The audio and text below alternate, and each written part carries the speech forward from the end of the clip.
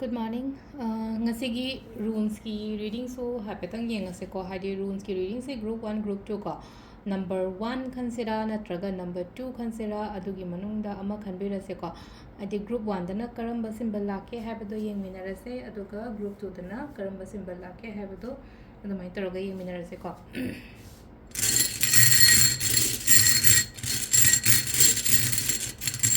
ndo si dagi ko hadi ani katang lawthoe ko rules se ko runes ani lawthok pa se group 1 ki runes sida le ko p ko ado katang akogi z manba magala ko silai se ko hadi p manba amane z manba amane ko p se akoina ko hadi p manba se ani oibane ko sida lei base ko akogi keno da runes da haitara ko p manba symbol se ani oibane hadi kitang p da khara khara ke hani kamana khara hendo pone mana katang pick tak to bane ko ado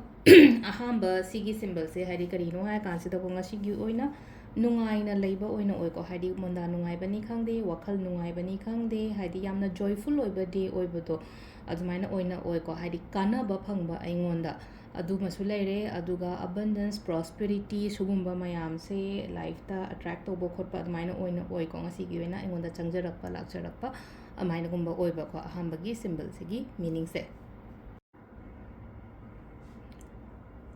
aduga akoigi sigi symbol se so phai ko ngasi gi oina hadi number 2 gi symbol ngai gi oina haraga so ko hadi aingonda aphaba guidance kumba lakpa harasine ko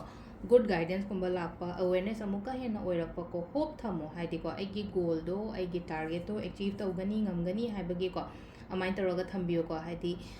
aduga victory harasine ko samna harabada ko hadi thabak inkhang tawru matamda hadi success kumba victory kumba sugumba mayam se lakpa ko aduga amana keno su oi ko hadi hadi miga pullaga gumba thabak inkhang tawbusu kasu akaiba kemta leite ko hadi pullaga imanabi ga pullaga inam tawminaba khominaba adum basu dum kana ba dum phangani ko adu sida leire khoi ngasi ki oina runes ki reading se ma'am thank you